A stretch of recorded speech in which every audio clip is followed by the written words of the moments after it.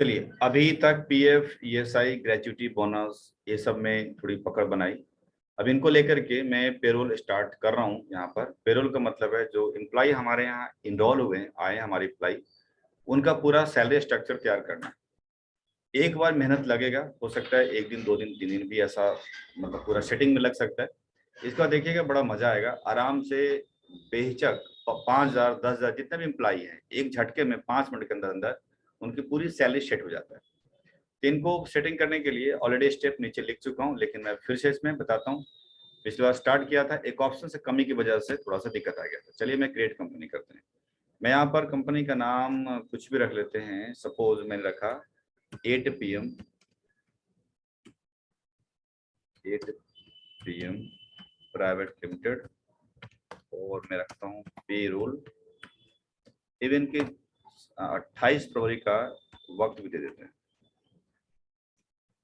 तो याद रहेगा। इतने क्लू दे दिया है मैंने। दिल्ली में कंपनी बनाई, यहाँ से लेकर चल जाते हैं। मुद्दा है जीएसटी का है ही नहीं, इसलिए जीएसटी यहाँ बंद कर देते हैं या रहने देते हैं। हमें जीएसटी से फर्क नहीं पड़ता हमें तो सिर्फ पेरोल पर ध्यान देना है। तो देखिएगा नीचे पेरोल का एक ऑप्शन नजर आ रहा है, मेंटेन पेरोल, उसको यस करेंगे। और गलती से ये रह गया था, ये एनेबल पेरोल स्टैट्यूटरी जो एडवांस वाला होता है, जिसके वजह से प्रॉब्लम फंस गया था। इसको यस करेंगे। यस करने के बाद विंडो आएगा। इसमें पीएफ का आईडी वगैरह जैसा कंपनी कोड होता है वो डालना है, ईएसआई कोड डालना है, तो प्रॉपर डाल दीजिएगा। इसके डाले बिना भी काम चलेगा, ऐसा नहीं है कि नहीं डालेंगे, करिएगा। यहाँ ध्यान रखेंगे, ईएसआई में एक पूछता है कि आपका स्टैंडर्ड वर्किंग डे क्या होता है। अगर आपने इसको नहीं दिया तो ईएसआई की कैलकुलेशन नहीं हो पाएगा। तो मैं स्टैंडर्ड वर्किंग डे हम 30 डेज मानते हैं। इससे ऐसा नहीं है कि ये मानेंगे तो ही काम करेगा, ऐसा नहीं है। बट यहाँ लिखना पड़ता है कि स्टैंडर्ड वर्किंग डे क्या है। 30 डेज मतलब 30 31 जो भी होगा उसके हिसाब चलेगी। ये डाल दीजिएगा। डालने के बाद आपका निकल जाइए। डालने के बाद यहाँ पर कंपनी का टैन नंबर डाल दें। टीडीएस काटने के रिगार्डिंग वो डालना जरूरी है। DELA 1 2 3 4 5 T ये पढ़ेंगे, टीडीएस में पढ़ेंगे। अदरवाइज टीडीएस काटने के लिए टैन की जरूरत पड़ती है, तो वो हमने डाल दिया। मानते हुए कि 4 अल्फाबेटिक है, 5 नंबरिक, 1 अल्फाबेटिक। इसके अलावा यहाँ आइएगा, अदर्स में डाल दिया। और डालने चूंकि यहाँ पूछ रहा है कि आपकी कंपनी गवर्नमेंट बॉडी है या अदर्स, सिंपल अदर्स। और बाकी डालना है तो डाल सकते हैं, अदरवाइज आप एंटर करके निकल जाइए। बस ऐसा करके निकल जाइए। ये रही सेटिंग। सेटिंग में सबसे वाला मेन चीज है, फिर दिखा दें कि आपको पेरोल को यस करना था और डिटेल्स को यस करके यहाँ पे, और डिटेल्स को यस करके, और आपको यहाँ पर स्टैंडर्ड वर्किंग डेट 30 डालना होगा और यहाँ अदर करके निकल जाइए। आप इतना फिनिश करके निकल जाएंगे काम। अब हमें काम करना है 4-5 लेजर तैयार करने हैं। लेजर जो कि salary payable, PF payable, ESI payable और एक पीएफ अदर एक्सपेंसेस जो मैंने यहाँ किया। 3 में पेबल वाले में नो यस करना है पेरोल को, और बाकी पीएफ अदर एक्सपेंसेस में नो रखने हैं। तो चलिए मैं बनाते हैं, क्रिएट करते हैं। यहाँ पर मैं क्रिएट करता हूँ लेजर, जिसका नाम देते हैं salary payable. Under the current liability के अंदर ये जाएगा और इसके अंदर यूज फॉर पेरोल को यस करेंगे। अगर ये आपने सिस्टम में नहीं आएगा तो जैसा मैंने कहा, F12 प्रेस करके आप पेरोल ऑप्शंस को यहाँ पर ऑन करा सकते हैं। यहाँ देखिएगा, इस ऑप्शन को देखिएगा, use ledgers as payroll in use pay head in payroll, yes करेंगे तो ये ऑप्शंस आने लगेगा। आने के बाद इसको यस करिएगा और कुछ नहीं करना है, आप निकल जाइए। फिर देन पीएफ पेबल आपको करना है, बनाना है लेजर। करंट लायबिलिटी के अंदर यहाँ भी यस करिएगा और लेके निकल जाइए। फिर आपका ईएसआई पेबल करिएगा, करंट लायबिलिटी, इसको यस करिएगा, निकल जाइएगा। बस इतना ही 3 बनाना है। फिर बनाना है पीएफ अदर एक्सपेंसेस का एक बनाना है लेजर, जो कि इनडायरेक्ट एक्सपेंसेस में जाएगा आपका। और इसके अंदर आपको पेरोल को यस नहीं करना है, इसको ध्यान रखिएगा। और जीएसटी मुद्दा भी इसके अंदर नहीं खड़ा करना, नो, क्योंकि पीएफ में कोई जीएसटी मुद्दा खड़ा नहीं होता। इतना करने के बाद यहाँ से आउट हो जाए। चलिए तो डन हो गया। ये लेजर हमने 4 बनाने थे, 4 लेजर मैंने आपको बना के दिखा दिया। Salary payable, PF payable, ESI payable, PF other expenses. अब जो हमें बनाना है वो हमें पेहेड की तरफ ध्यान देना है कि हम कंपनी को दे रहे हैं, ये एम्प्लॉय को दे रहे हैं बेसिक, डीए, एचआर। अब इसकी सेटिंग करते हैं यहाँ पर। तो चलिए पहले बनाते हैं हम बेसिक सैलरी, बेसिक सैलरी। और बिना रिकॉर्डिंग का शायद थोड़ा दिक्कत आए दोबारा करने में। तो बेसिक सैलरी के लिए आप यहाँ जब पेहेड बनाएंगे तो यहाँ से मत बनाइएगा पेहेड, आप क्रिएट करना है। और पेहेड बनता है यहाँ से, पेरोल मास्टर से बनते हैं, यहाँ से पेहेड्स, यहाँ से देख रहे होंगे बन रहा होगा। आप एंटर करेंगे तो अब यहाँ बना सकते हैं बेसिक सैलरी। अब यहाँ पढ़ के बनाना है कि क्या होगा। बेसिक सैलरी एम्प्लॉय के लिए अर्निंग है, और यहाँ पर होगा वेरिएबल। वेरिएबल इसीलिए है क्योंकि छुट्टी कटने पे, छुट्टी मारोगे तो बेसिक सैलरी कटेगी, इसीलिए हम करते हैं वेरिएबल। एक सरकारी एम्प्लॉय के लिए फिक्स होते हैं, छुट्टी काटोगे कटेगा, लीव इनकैशमेंट में एडजस्टमेंट होता रहता है, उनका देखा जाता है बाद में। तो वहां उनका मुद्दा लगा फिक्स्ड है भैया, आप 20,000 बेसिक तो 20,000 बेसिक मिलेगा, छुट्टी मारते रहो, फर्क नहीं पड़ता है। बट प्राइवेट कंपनी में ऐसा नहीं है, छुट्टी मारेगा पैसे कटेंगे, रेट वेरिएबल। फिर कंपनी के लिए खर्चा है एक्सपेंस इनडायरेक्ट, और कह रहा है कि नेट सैलरी क्या आपकी पे स्लिप में आएगा, दिखेगा? मैंने बोला हाँ दिखेगा। इसके बाद पे स्लिप में यहाँ पर पूछ रहा है कि क्या लिखा रहेगा, name to be displayed in the pay slip. तो हमने बोला चल बेसिक लिख देते हैं, सैलरी अच्छी रहेगी। कह रहा है कि ग्रेच्युटी निकालने में बेसिक की मदद लेंगे या रोल होता है? बिल्कुल यूज होता है भाई, यस करेंगे। कह रहा है क्या टीडीएस काटने के लिए बेसिक को इस्तेमाल करेंगे? हाँ भाई, टीडीएस काटने में बेसिक इस्तेमाल करेंगे। मैंने इसको एंटर किया। काटने के बाद अब यहाँ देखिएगा पूरा इनकम टैक्स का पूरा कंपोनेंट सामने आ जाता है, इसमें सेलेक्ट करना आपको बेसिक सैलरी, ले लिया। होने के बाद यहाँ दो बातें आएंगी, actual value, positive value. Positive का मतलब है कि ठीक है बेसिक अप्रैल मंथ में किसी का 20,000 रखा गया तो वही मानते हुए टीडीएस कटेगा। एक्चुअल तो क्या मिलेगा वो तो बात की बात है, बट आपको यहाँ लेना है प्रोजेक्टेड वैल्यू, इसी के आधार पर हम टीडीएस काटते हैं। एंटर करने के बाद आप निकल जाइए, यानी टीडीएस में यस करके आप अंदर घुसेंगे, बेसिक उठाएंगे, यहाँ उठाएंगे प्रोजेक्टेड वैल्यू, एंटर करेंगे, निकल जाएंगे। Calculation type, basic salary actually क्या होता है, अटेंडेंस के आधार पे हम बेसिक देते हैं। यहाँ पर अटेंडेंस लीजिएगा, यहाँ बनाइएगा ओल्ड सी करके प्रेजेंट, प्रेजेंट अब बनाएंगे, एंटर करेंगे, निकल जाएंगे। यहाँ पर अटेंडेंस बेसिकली या basic salary basically monthly basis के आधार पे यहाँ सेटिंग चलता है, मंथ के हिसाब से हिसाब किताब रहेगा तो मंथ उठाएंगे। यहाँ पर 3 मुद्दा आएगा, as per calendar period, user defined, as user defined calendar period. तो आपको उठाना है एज पर कैलेंडर पीरियड, आपको एंटर करना है। करने के बाद एंटर करेंगे, एंटर करेंगे, मुद्दा खत्म। अब इसी तरीके से आपको सेकंड जो है देख रहे हैं डियरनेस अलाउंसेस आपको बनाना है। तो डियरनेस अलाउंसेस को मैं यहाँ से कॉपी कर लेता हूँ, कंट्रोल सी, यहाँ से कर लिया, एंटर करेंगे, एंटर करेंगे। सेम यहाँ पर variable, expense indirect yes, DA रखिएगा, ग्रेच्युटी को यस करेंगे यहाँ पर, क्योंकि बेसिक डीए मिला करके ग्रेच्युटी की बात करते हैं। टीडीएस को यस करेंगे। यहाँ पर डीए अलाउंस, डियरनेस अलाउंस के नाम पर नहीं मिलता है, मिलेगा यहाँ पर है, बट वो एक ऑप्शन अलग है, कह रहा है कि consider for the retirement benefit, यानी रिटायरमेंट के लिए रखी जाती है। ऐसा सिर्फ सरकारी कर्मचारियों को देखा गया है कि डीए का कुछ पार्ट उनके जब रिटायरमेंट होगी तब मिलेगा, इसलिए तो उनके सैलरी इतने ज्यादा मिलती है ना लास्ट में आके, क्योंकि जिंदगी भर भुखमरी की तरह थोड़ा थोड़ा पैसा देते हैं और रिटायरमेंट के बाद भर भर के देते हैं उनको पैसा, यही सब जमा होते रहते हैं। डीए का कुछ पार्ट, ईएसआई तो छोड़िए, पीएफ का कुछ पार्ट, ऐसे मिला जो ग्रेच्युटी का पार्ट, बोनस, ऐसे में लिव इनकैशमेंट, ऐसे जमा होते होते होते उनके एक नॉर्मल सैलरी वाले बंदे को 20 लाख मिल जाता है। मुद्दा इतना ही है, इसीलिए वो लास्ट में अपनी जिंदगी के लास्ट में ही घर मकान या कुछ बड़ा काम कर पाते हैं। बीच में तो ईमानदारी का नौकरी है सरकारी का तो मुश्किल है, क्योंकि यही सब चक्कर है। तो ठीक है, ये नहीं लेना मुझे, प्राइवेट में ये डीए रिटायरमेंट के लिए ऐसा नहीं बनाई जाती है, इसलिए यहाँ नहीं लेंगे। यहाँ पर लेंगे अदर अलाउंसेस, और यहाँ लेंगे फुली टैक्सेबल, क्योंकि डीए फुली टैक्सेबल इस वजह से, तो आप लेंगे other earnings allowances fully taxable. आप एंटर करेंगे, फिर नहीं वो टैक्सेबल नहीं होते, ठीक है।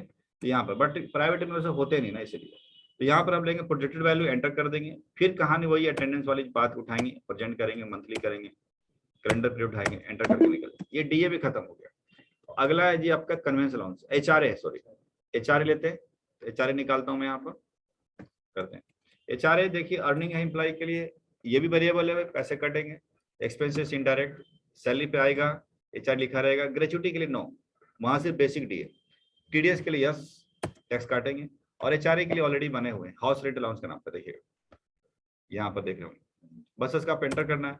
ये भी प्रोजेक्टेड वैल्यू है, एंटर कर लीजिए।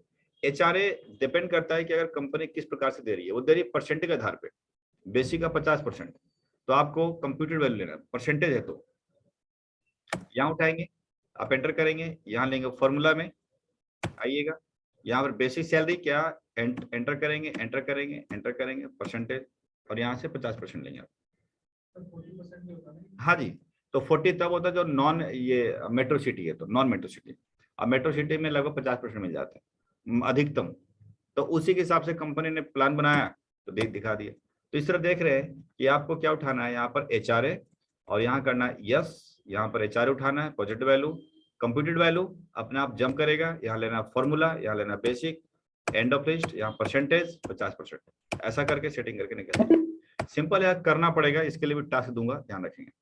इसके बाद आते हैं कन्वेंस अलाउंसेस।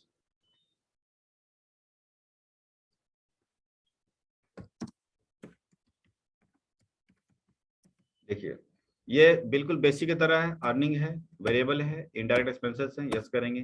कन्वेंस अलाउंसेस लिखेंगे, ग्रेच्युटी के लिए नो करेंगे, यस करेंगे।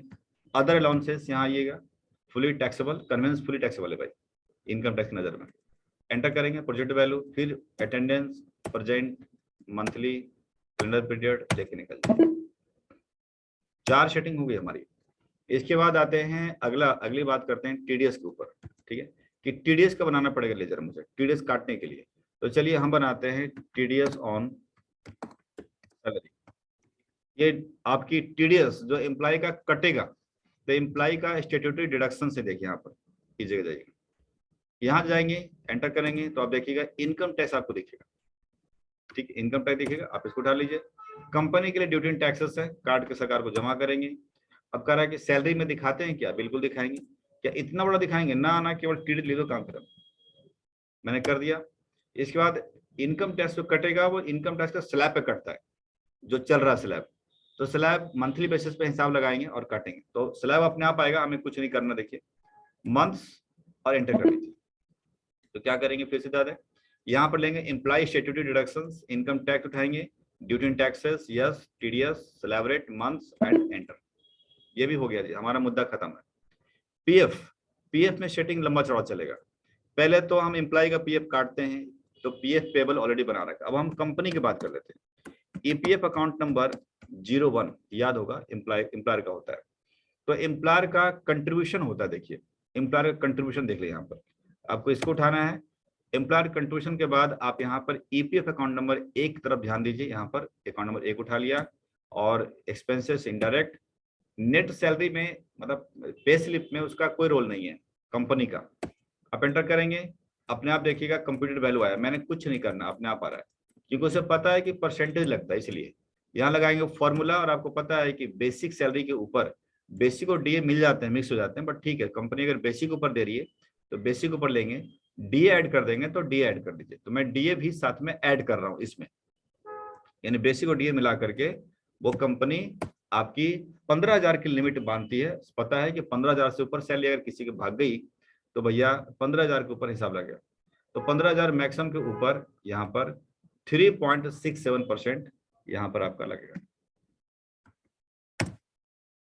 और 15,000 से अगर ऊपर जंप कर गया तो इसकी वैल्यू फिक्स हो जाएगी। वो कितना होगा, तो नहीं, इसका आएगा मेरे 550 रुपये लगता है। 15,000 इंटू 3.67%, जो कि आ रहा है 551 रुपये। तो राउंड फिगर में 550 लीजिएगा, ताकि 1250 उधर उठा ले। तो ध्यान रखेंगे यहाँ पर कि मैंने बेसिक डीए प्लस डीए मिला करके 15,000 के ऊपर 3.67% ले लिया, और अगर किसी की सैलरी ऊपर जा रही है तो वैल्यू 550 रुपये फिक्स हो जाएगा। ऐसा करके मैं निकल गया, ईपीएफ अकाउंट नंबर 1 फिटिंग हो गई। अब मैं ईपीएस अकाउंट नंबर 10 की तरफ चल रहा हूँ, यहाँ पर आइएगा। ये 10 नंबर भी एम्प्लॉयर का कंट्रीब्यूशन है, देख सकते हैं 10 नंबर, देखिए यहाँ दिख रहा होगा, यहाँ हमने डाल दिया। कंपनी के लिए खर्चा है, स्पेशली आता नहीं है, अपने आप यहाँ आइएगा, वही सेम फॉर्मूला लगाना है, बेसिक ऐड पे है डीए, और एंटर करेंगे। 15,000 की लिमिट यहाँ भी आप बांधिए, और परसेंटेज में 8.33%, और उसके ऊपर की बात करेंगे वैल्यू तो 1250 रुपये आपके हो जाएंगे, क्योंकि दोनों मिलाकर 1800 होना चाहिए, तो आप करेंगे तो यही आ जाएगा। ठीक जी,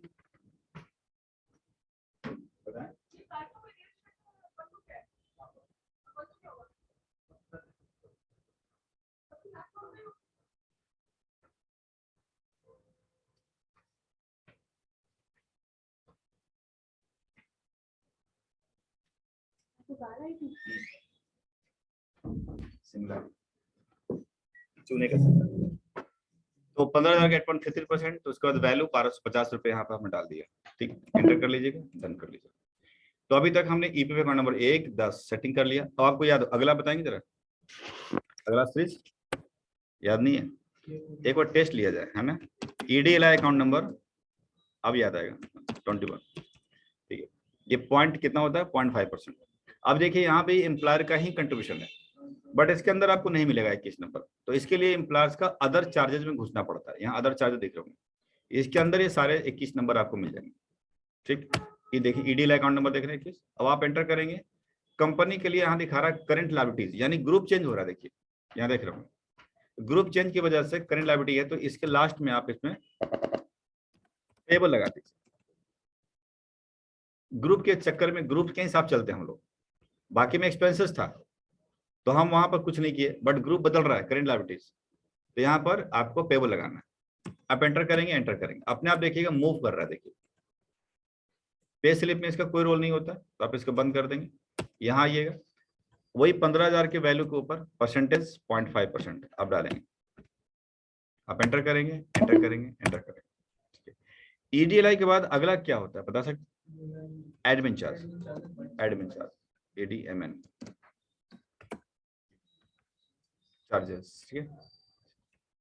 वो कैसा होता है भाई, तो एम्प्लॉयर्स अदर चार्जेस के अंदर ही आपको मिल जाएंगे। अकाउंट, अच्छा अकाउंट नंबर डाल देता हूँ मैं लास्ट में, अकाउंट नंबर 2, 22 तो खत्म हो गया, 22 खत्म हो गया। Employers other charges account number 2 देखिएगा, 22 तो मुद्दा ही खत्म है, एंटर कर लेंगे। यहाँ पे करंट लायबिलिटी का ग्रुप है, तो आपको ऊपर आकर के आपको लास्ट में कर देंगे, ठीक है। जब आते तो 5 मिनट और अपने लेके यार, 5 मिनट्स लेकर मैं बता देता हूँ। देखो मुझे दिक्कत होती है, समझा करो, मैं जानबूझ के आपके ऊपर या आप लोगों पर नहीं बरसता हूँ, मुझे इससे चिढ़ होती है।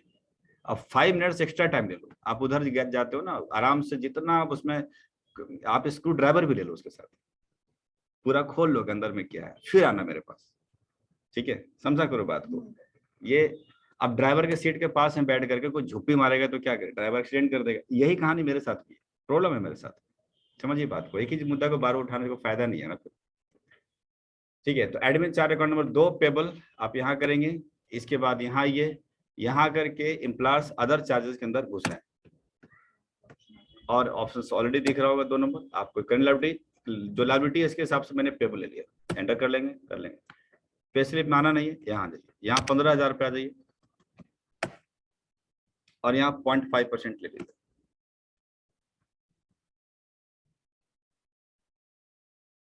कांड हो गया कुछ जो अब तक नहीं हुआ था, शांति थी 7 बजे से, थोड़ा उधर हो जाओ।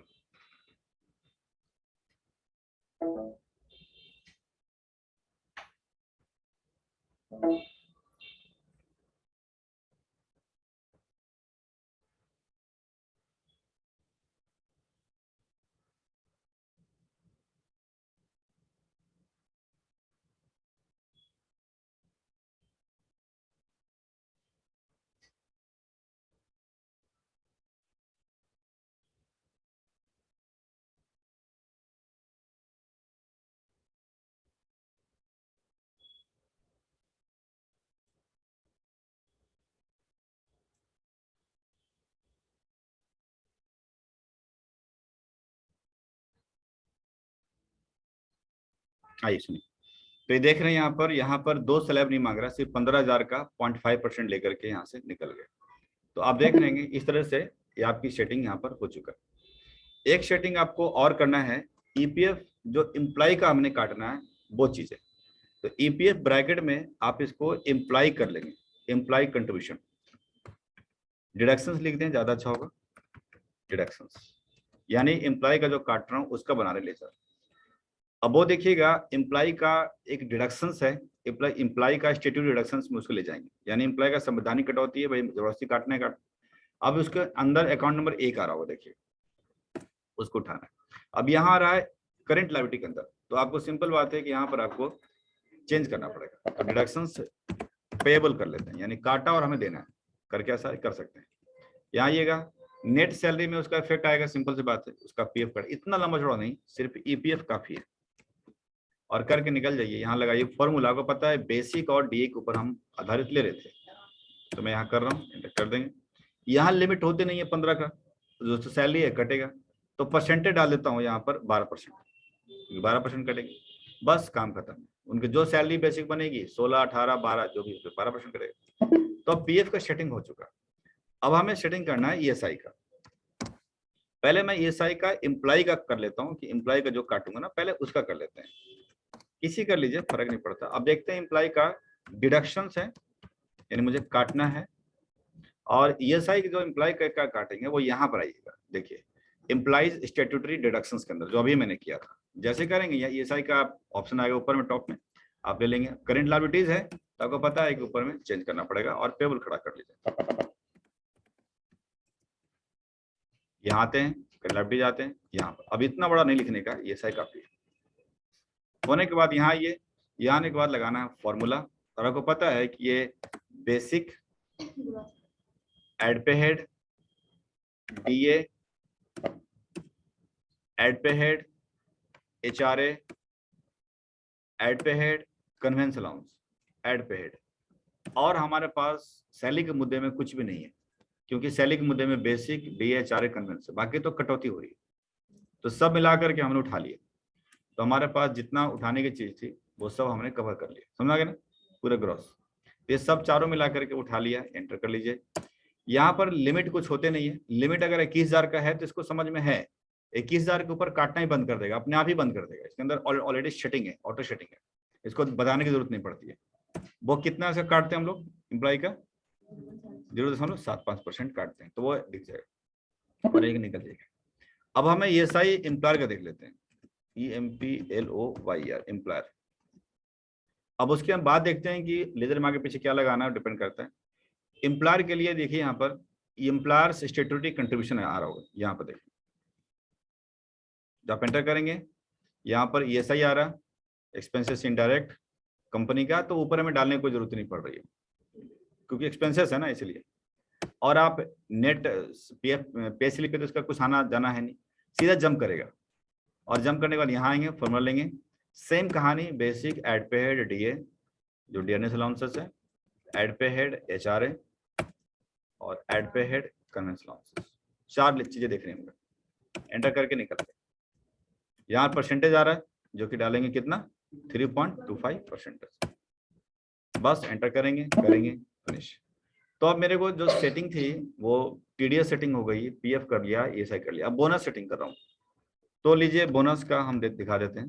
Bonus, sorry, BONUS, bonus. Bonus already bonus देखिए बने हुए हैं, यहाँ देखिए ऑलरेडी सेपरेट बोनस बना हुआ, अलग से ही बना हुआ। बोनस कंपनी के लिए खर्चे होते हैं, एक्सपेंस इनडायरेक्ट होते हैं। नेट सैलरी पर आएगा, यस कर लीजिए। पे स्लिप ले लीजिए। ग्रेचुइटी के लिए बोनस कोई यूज नहीं है। टैक्सेस लगेंगे भैया, टीडीएस कटेगा, यस। इसके लिए एक्चुअल वैल्यू पर कटता है। मैंने कहा भी था कि बोनस जब मिलेगा तो टैक्स कटेगा, लगेगा, और जब एक्चुअल देंगे तो एक्सपेंसेस माना जाएगा। ऑटोमेटिकली सिस्टम वहां लेके चला गया। एंटर करेंगे और करा है कि डिडक्ट टीडीएस अक्रॉस पीरियड, मतलब मान लीजिए बोनस 2,000 है तो उसको बांट देगा साल भर में, ना ना ना, बोनस जितना मिलेगा उस महीने ज्यादा कट जाएगा, इसलिए इसको नो कर देंगे, इसको नो रखेंगे।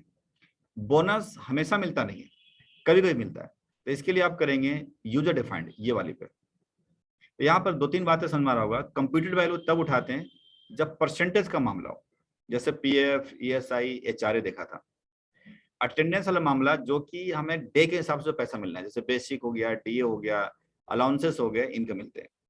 जो हमें कभी काल मिलते लिखना पड़ता, that is user defined value. 3 चीजें तो समझ में आ गई। फ्लैट रेट का मतलब है कि कुछ भी हो जाए हमें वो मिलेगा मिलेगा, ऐसा कंपनी का कोई भी मुद्दा नहीं है, कोई भी आइटम नहीं है हम कह सकते हैं कि फ्लैट रेट पर चलता है। आप छुट्टी मारोगे फ्री मिलता रहेगा, अरे ऐसा कौन सा आइटम, कुछ भी आइटम नहीं प्राइवेट एम्प्लॉय का, इसलिए हमारे यहाँ बेकार है वाला। और प्रोडक्शन ओटी के लिए इस्तेमाल करते हैं, ओवर टाइम के लिए, जो हम यूज करेंगे बाद में शायद। ओटी है यहाँ पर, ओटी है देखिए, तो ये हमें यूज नहीं करेंगे फ्लैट रेट, क्योंकि फ्लैट रेट कुछ है नहीं। तो हम यहाँ पर यूज कर रहे हैं यूजर डिफाइंड वैल्यू बोनस में। सेटिंग करके मैं निकल गया, मेन सेटिंग का ही है, सेटिंग का टेंशन हो रहा होगा लेकिन क्या करेंगे वही है। अब बात रही ग्रेचुइटी के, देखिए हमें ग्रेचुइटी यहाँ पर आपको बनाना है, तो ये बना रहा हूँ मैं ग्रेचुइटी। जब जाएंगे यहाँ पर तो ग्रेचुइटी के लिए देखिए अलग से एक मुद्दा खड़ा कर रखा, बट इसको यूज नहीं करेंगे। क्यों नहीं करेंगे, जब एंटर करेंगे तो यहाँ पर आपका पूछेगा gratuity days of a month, वही 26 वाला मुद्दा उठा रहा है कि आप 26 दिन का हिसाब से लगाओ। फिर कह रहा है कि पहले महीने से लेके कितने महीने का, मतलब ये मुद्दा उठाता रहा है कि भैया 5 साल के बाद ग्रेच्युटी लागू करोगे, तो उसके हिसाब से यहाँ पर उन्होंने एक सेटिंग बनाई है। बट होता क्या है प्रैक्टिकली कि आपको पता है कि 4.81% की कैलकुलेशन पहले से मेरे दिमाग में तय है और वही लेके चलते हैं हर महीने जो यूज करते हैं कंपनियां। इसीलिए इसको अगर उठा लेंगे, ये ग्रेच्युटी के ऑप्शन को उठा लेंगे तो फंस जाएंगे आप। इसलिए क्या करिए, यहाँ पर अर्निंग फॉर एम्प्लॉय कर लीजिए, यानी कंपनी भाई जो भी आप दोगे ग्रेच्युटी के नाम पे वो तो एम्प्लॉय के लिए अर्निंग हो जाएगी। इसलिए आप सिंपल तरीके से सोचिए, अर्निंग फॉर एम्प्लॉय सोचिए, और वो भी करिए वेरिएबल। वजह क्या है कि सैलरी बेसिक नीचे ऊपर होगा तो ग्रेच्युटी नीचे ऊपर होगा, सिंपल सी बात है। और एक्सपेंसेस इनडायरेक्ट, इसलिए यहाँ पर कुछ चेंज करने की जरूरत नहीं है। फिर आप एंटर करेंगे, पे स्लिप पे इसका मुद्दा नहीं आता भाई, ध्यान रखेंगे, कंपनी का है ना इसलिए नहीं आता है। इसके बाद नीचे आएंगे, ग्रेच्युटी के लिए यूज करेंगे तो ठीक है, यूज क्या करेंगे, ग्रेच्युटी तो है। टीडीएस का कोई लफड़ा नहीं यहाँ पर, क्योंकि पता भी नहीं है ना कि देंगे कि नहीं देंगे, इसलिए टीडीएस का कोई चक्कर नहीं, नो करिएगा। और ग्रेच्युटी की बात करेंगे तो परसेंटेज के हिसाब से हमें लगाना है, तो परसेंटेज का मुद्दा है कंप्यूटेड वैल्यू, उठा लेंगे, एंटर करेंगे और लगाएंगे फॉर्मूला। यहाँ करेंगे बेसिक, यहाँ करेंगे एड पे हेड, यहाँ करेंगे डीए, क्योंकि ग्रेच्युटी बेसिक और डीए को मिला के होता है।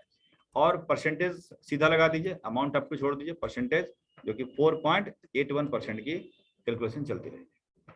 तो जो भी बेसिक और डीए का अर्निंग होगी उस टाइम पे, उसी अमाउंट के ऊपर 4.81% कैलकुलेशन करता रहेगा। आप एंटर करेंगे, करके निकल जाइए।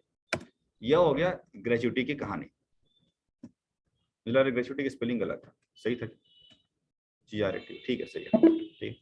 अब हमें लेके चलते हैं आगे, ओवर टाइम, ओटी बनाना है मेरे को, तो मैं बनाऊंगा यहाँ पर ओवर टाइम। ओवर टाइम के लिए अलग से कुछ भी नहीं है, ओवर टाइम एम्प्लॉय की अर्निंग है, हम लेंगे अर्निंग, वेरिएबल है, ओवर टाइम कभी फिक्स होगा नहीं घंटे के हिसाब से। और एक्सपेंस इनडायरेक्ट, सैलरी पर यस आएंगे, ओवर टाइम पे स्लिप पर लिखा रहेगा, ओवर टाइम लिखा रहेगा कितना ओवर टाइम किया। ग्रेच्युटी से उसका कोई नाता नहीं है, टीडीएस कटेगा भाई, ध्यान रखिए। और ओवर टाइम का नाम ही कुछ नहीं है, अदर अलाउंसेस है, वो फुल टैक्सेबल है। ओवर टाइम यहाँ कर लेंगे, यहाँ पर एक्चुअल वैल्यू पे लेंगे। वजह क्या है कि ओवर टाइम जो होगा मानते हुए नहीं करेंगे भाई, ओवर टाइम 5 घंटा है तो है, इसीलिए करेंगे एक्चुअल वैल्यू। और टीडीएस की बात करेंगे, जो टीडीएस इसके ऊपर काटा जाएगा मिला जुला कर, इसको यस करिएगा। करने के बाद आप एंटर करेंगे और ओवर टाइम प्रोडक्शन पे लेना है, मतलब पीसेस के हिसाब से, घंटे के हिसाब से, अगर कोई बात मुद्दा उठता है तो प्रोडक्शन के हिसाब से होता है, और ओवर टाइम जनरली घंटे के हिसाब से मिलता है। तो ऑन प्रोडक्शन लेंगे यहाँ पर, और लेने के बाद यहाँ बनाना पड़ता है ऑल्ट सी करके, ओवर टाइम का एक और बनाइएगा इसमें से पे हेड्स। और बनाने के बाद अब एंटर करेंगे तो यहाँ पर बनाना है यूनिट, कि पीसेस के हिसाब से मिलेंगे या आवर्ली मिसेस मिलेंगे, तो आवर्ली मिलेंगे तो HR आप लिख दीजिए, घंटे। इसके बाद यहाँ पर आप देखते हैं आवर है नहीं है, नहीं है, तो यहाँ पर आप UQC के अंदर आप लेंगे यूनिट, आप ले लीजिएगा यूनिट। ये इसलिए कि जीएसटी का मुद्दा खड़ा हो रहा है, इस वजह से दिक्कत है, इसको जीएसटी में को फर्क पड़ता नहीं, बट ठीक है यहाँ पर हम ले लेंगे, यूनिट ले लिया, काम खत्म करिए। अब ऐसा करके निकल जाइए, यहाँ देखिए, यानी प्रोडक्शन बनाया, ओवर टाइम और लेके निकल गया, बस यही तैयार करना है। एंटर कर लेंगे, कर लेंगे, कर लेंगे। अब मेरे हिसाब से मैंने शायद बना दिया, हाँ एक इंसेंटिव भी है भाई, इंसेंटिव बना देता हूँ, जैसे कि अच्छा काम किया तो इंसेंटिव मिलते हैं। अर्निंग है, वेरिएबल है, और एक्सपेंसेस इनडायरेक्ट है। नेट सैलरी में आएगा, इंसेंटिव का नाम पाएगा, ग्रेच्युटी से कोई मतलब नहीं, इंसेंटिव फुल टैक्स होगा। इंसेंटिव के नाम से कुछ भी नहीं इसके अंदर होता है, इसलिए आप अदर अर्निंग ले लीजिएगा, फुल टैक्सेबल करके आप ले लेंगे। टीडीएस उसके ऊपर भी कटेगा और एक्चुअल वैल्यू पे कटेगा, जितना मिलेगा उसके हिसाब से। यहाँ आइएगा, टीडीएस कटेगा, और इंसेंटिव कभी कभी मिलेगा, थोड़ी थोड़ी है कि फिक्स रहेंगे, इसीलिए यहाँ करेंगे हम यूजर डिफाइंड, यानी कि जब मिलेगा तो डालेंगे, नहीं तो नहीं डालेंगे, छोड़ दीजिएगा, करके निकल जाइए, बस इतना ही करना आपको। और करके यहाँ से बाहर निकल, बाहर निकलने के बाद आप यहाँ आएंगे, अब मेरे को और क्या करने का, यहाँ पर अब उसने एक डिक्लेरेशन दिया एम्प्लॉय का, हम लेते हैं डिक्लेरेशन शुरू में ही नौकरी करते समय, यानी अप्रैल मंथ में ले लेते हैं। मैं बोलता हूँ कि भैया तुम रेंट वेंट कहाँ पे करोगे, क्योंकि HRA दे रहे हैं तो रेंट का उसमें फायदा उठेगा HRA में, तो उसको बोलते हैं डिक्लेरेशन। इसके लिए फॉर्म नंबर 12BB, यानी गूगल से फॉर्म नंबर 12BB डाउनलोड कर लीजिएगा और थमा दीजिए एम्प्लॉय को। उस 12BB फॉर्म में क्या होता है, लिखना पड़ता है, भरना पड़ता है कि हमारी इंश्योरेंस कितना जाने वाली है, मेडिक्लेम कितना जाने वाला है, किराया कितना पे करने वाले हैं, ये पूरा लिख करके साइन ले लेते हैं उससे। उसको बोलते हैं फॉर्म नंबर 12 बीबी। पूछते हैं इंटरव्यू के अंदर कि जो एम्प्लॉय का डिक्लेरेशन हम लेते हैं इन्वेस्टमेंट वाला, वो किस फॉर्म में लेते हैं, तो आपको जवाब देना है 12 बीबी, फॉर्म नंबर 12 बीबी में लेते हैं। तो उसने डिक्लेयर किया कि रेंट जो है 15,000 महीने के पे करने वाला हूं, मतलब पूरे साल भर में 15 पर मंथ की दर से। तो डिक्लेरेशन डालने के लिए क्या करना पड़ेगा, थोड़ा ध्यान रखिएगा। पहले एम्प्लॉय बनाइए, क्योंकि एम्प्लॉय नहीं है तो फिर डिक्लेरेशन क्या डालेंगे, किसका किसका डाल रहे हैं। तो पहले बनाना पड़ेगा एम्प्लॉय, फिर करेंगे डिक्लेरेशन। अब देखिए ये सारे स्टेप अगर यहाँ से भी देख सकते हैं, F11 का फीचर्स ऑन करना, इसके बाद लेजर क्रिएट करना, पेरोल हेड बनाना, इंसेंटिव तक बना के हमने छोड़ दिया अभी तक। बाकी डिक्लेरेशन डालने के लिए पहले एम्प्लॉय क्रिएट करना पड़ेगा, अदरवाइज जाएंगे नहीं आगे। उसके बाद उसका सैलरी फिक्स करेंगे, तब डालेंगे डिक्लेरेशन, क्योंकि जब एम्प्लॉय ही नहीं रहेगा तो फिर मुद्दा कैसे करेंगे। ठीक, तो अब ये बताएं कि आगे चलूं या ये छोड़ो। चलो ठीक है, तो मैं एम्प्लॉय बना रहा हूँ। एम्प्लॉय बनाने के लिए क्रिएट में जाएंगे, क्रिएट करने के बाद पेरोल मास्टर्स के अंदर एम्प्लॉय बनेगा। देखिए यहाँ से हमारे पास 2 एम्प्लॉय है, देखिए employee number a, employee number b. Employee a बनाता हूँ, नाम लिखता हूँ यहाँ पर, ये ग्रुप छोड़ दीजिएगा। यहाँ ज्वाइनिंग डेट भी मैंने 1 अप्रैल ही दिया, चलिए दे देते हैं। अंदर घुसेंगे तो सैलरी डिटेल्स आएगा कि सैलरी डालने के लिए यस करेंगे, और उस मुद्दे जो सैलरी बना रखा है वो आएगा। अब यहाँ फिट करना चालू करिए, बेसिक यहाँ से 60,000 मंथली, 60,000 डाल देता है। इसके बाद डियरनेस अलाउंस है भाई 10,000 मंथली। फिर HRA है जो 50% वाला चक्कर है, अपने आप लगेगा। कन्वेंस 5,000 रुपये। बाकी देखिए बोनस मिलेगा, EPF अकाउंट, ये वो सब डाल देते हैं, जितना भी है सब डाल दीजिए। जो उसके फिट करेगा, ओवर टाइम मत करिए, ओवर टाइम इतने बड़े सैलरी को नहीं मिलता है, ओवर टाइम स्किप कर। TDS हमने कर लिया, सेटिंग करके निकल गए। एम्प्लॉय नंबर 1 डेफिनेशन में डाल देते हैं अकाउंटेंट। देखिए अकाउंटेंट कितने अच्छे सैलरी है, ठीक है। Function accounts, location Delhi, gender male, date of birth 1 March 1991, B positive not negative. Father's name पता नहीं, सॉरी पिताजी। स्पाउस नेम मतलब वाइफ का नाम नहीं पता, ठीक है। सिंगल। बैंक डिटेल्स डाल सकते हैं यहाँ पर अब आ रहा है टैक्स रिटर्न। देखिए टैक्स स्ट्रक्चर 2 तरीके से है। 115 BSC न्यू टैक्स स्ट्रक्चर में आना चाहते हैं, नुकसान होता है इसके अंदर, इसीलिए नॉर्मल टैक्स ले लीजिए, रेगुलर टैक्स रिटर्न, और उसी को मानते हुए TDS काटेगा। पैन नंबर डालना जरूरी है, नहीं तो भाई 30% हलाल कर देगा। 1 2 3 4 T, ठीक है। पैन नंबर डाल दिया मैंने। बाकी Aadhaar number, UN number, PF number डालते रहना, जितना बढ़िया डालोगे उतना अच्छा है। एम्प्लॉय नंबर बी, ये भी ज्वाइनिंग देते हैं, यस करते हैं। इसकी सैलरी देखिए बेसिक उठाते हैं यहाँ से 3,000 रुपये monthly. DA DA DA DA, अच्छा DA इसको मिलता नहीं है, अरे अच्छी बात है यार। HRA convince allowance 1,000 rupees. उसके बाद तो सब काट लीजिए। बोनस डी, सॉरी इसकी होती है जिसकी है PF, बाकी तो मिल रहा है ना। ओवर टाइम भी है, ओवर टाइम इसका है भाई 200 रुपये घंटे के हिसाब से। उसके बाद और क्या है, एंटर। TDS काट लेते हैं, TDS क्या कटेगा 3,000, बट ठीक है दिखा रहे हैं। DA छोड़ रहा हूँ बस, DA नहीं इसका। बस एम्प्लॉय नंबर 2, ये है क्लर्क, कागज इधर उधर करते हैं, क्लर्कियल काम है। लोकेशन ये भी दिल्ली में ही है। जेंडर मेल, इनकी डेट ऑफ बर्थ भी 1 मार्च 1992, उसके छोटा भाई बड़े भाई हैं। बी नेगेटिव, तभी तो कम सैलरी मिली इसके। इनके नाम है पिताजी। यहाँ पर regular tax exam AST PT 1 2 3 4 you डाल दिया, बाकी डालते रहिएगा। एम्प्लॉय बनकर तैयार।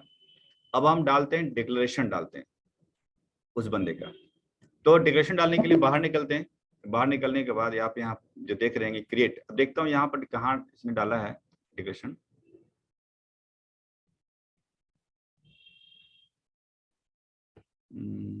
कहाँ घुसा दिया है इसने।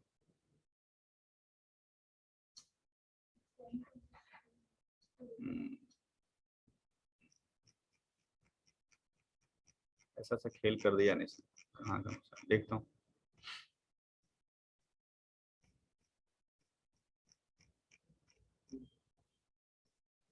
हाँ यहाँ देखिए, यहाँ डाल दिया। देखिए क्या कहाँ डालेंगे बताते हैं।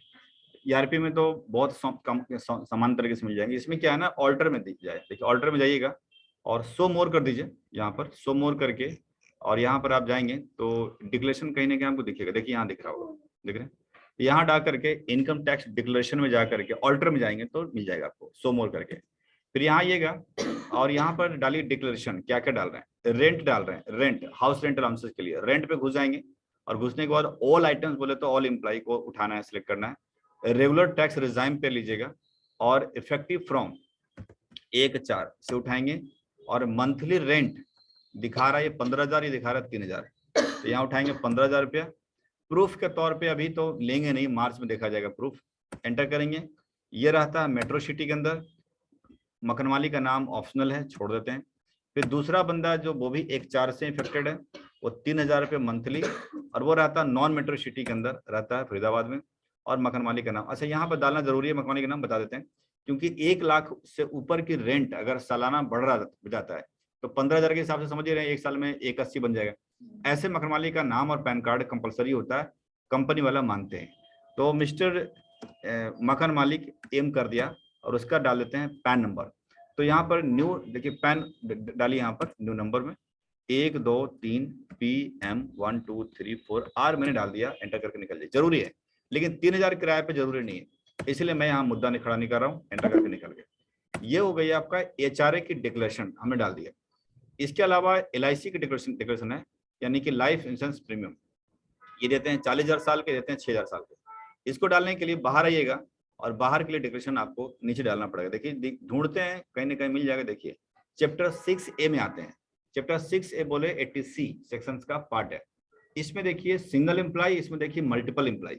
तो मल्टीपल एम्प्लॉय पे जाएंगे और यहाँ आएंगे हम ऑल आइटम्स के अंदर, यहाँ आएंगे ऑल आइटम्स के अंदर। मैं ऑल आइटम्स के अंदर यहाँ पर जा रहा हूँ। जाने के बाद रेगुलर टैक्स रिजाइम है। यहाँ जब जाइएगा तो यहाँ पर 80C बहुत सारे दिख रहा हूँ। यहाँ पर आपको देखना है इंश्योरेंस प्रीमियम, यहाँ दिख रहा होगा, यहाँ देख रहा हूँ, ठीक है। जो आप एंटर करेंगे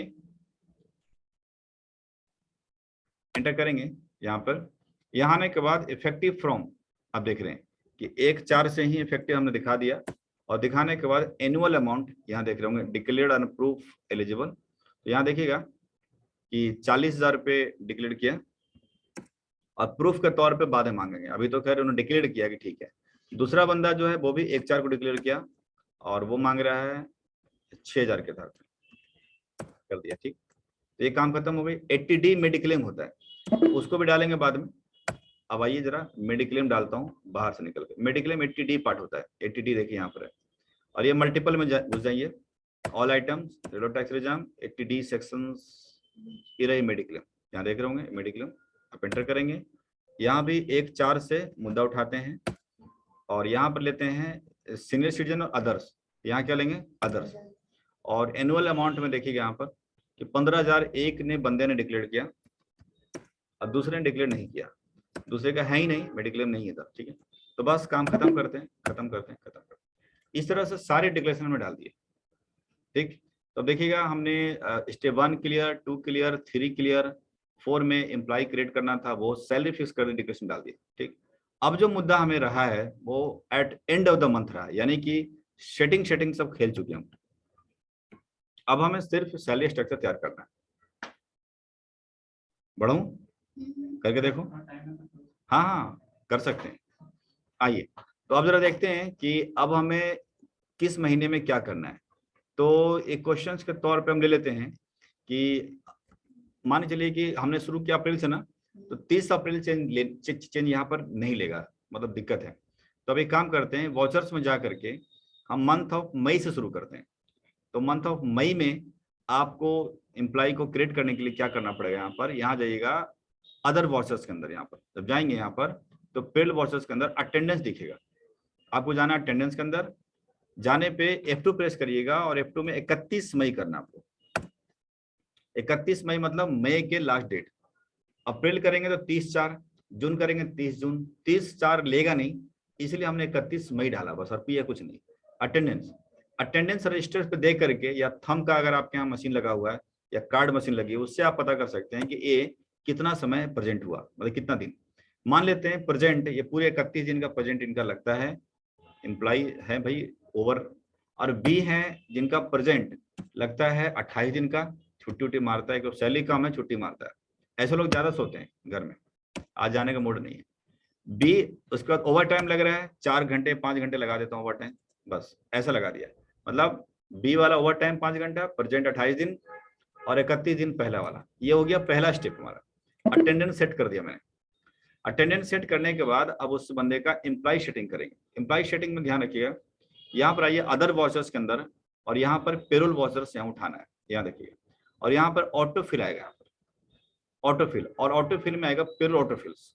चलते जाइए, और सबसे पहले सैलरी पे लेंगे हम यहाँ पर, और सैलरी में डिक्लेयर्ड वैल्यू उठाएंगे, और 1/5/31/5 ऑल आइटम्स यानी सभी लेजर्स, एम्प्लॉय का नाम, सैलरी पेबल, और बन गई अटेंड, सब क्लियर हो गया।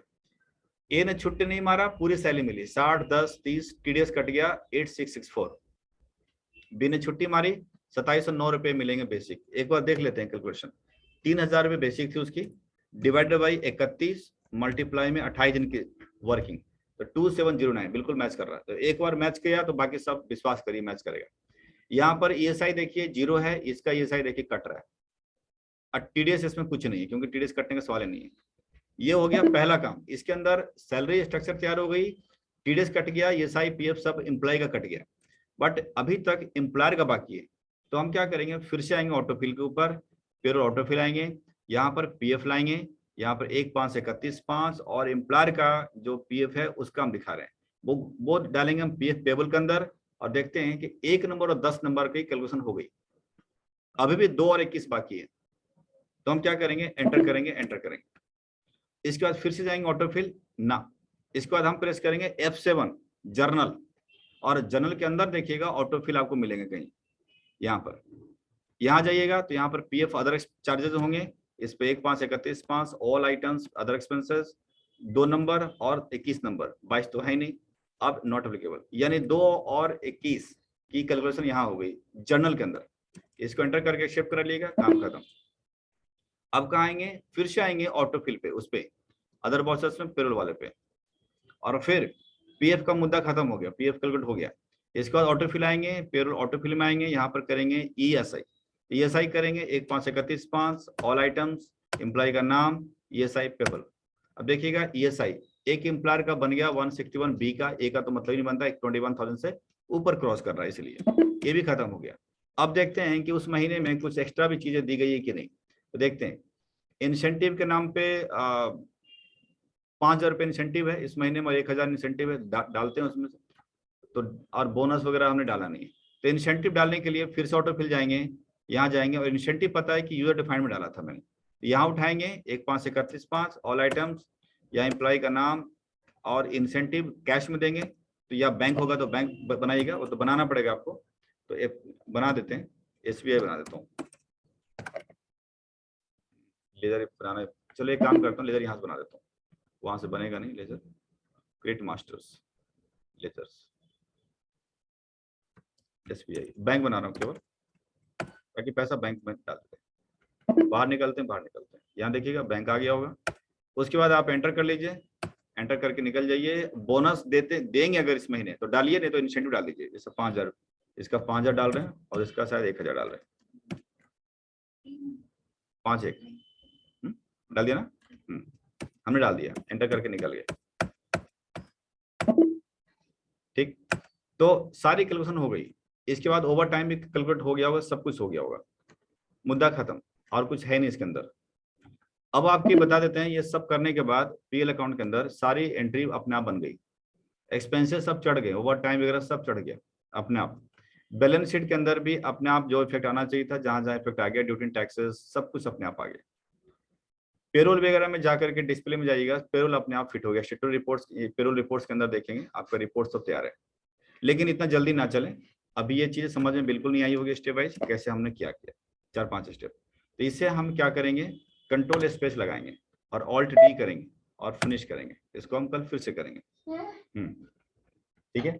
मतलब सारे सेटिंग हेडिंग कर दिया, लेकिन बाकी इतना करिए जल्दी जल्दी ना चले क्योंकि पेरोल है भाई इसमें। ठीक, डन। तो सेटिंग तो मेन चीज है, मेन सेटिंग है, बाकी चीजें कुछ नहीं, बाकी चीजें मैं स्टेप बाय लिख चुका हूँ। हाँ बहुत सेटिंग है, थोड़ा है तो है।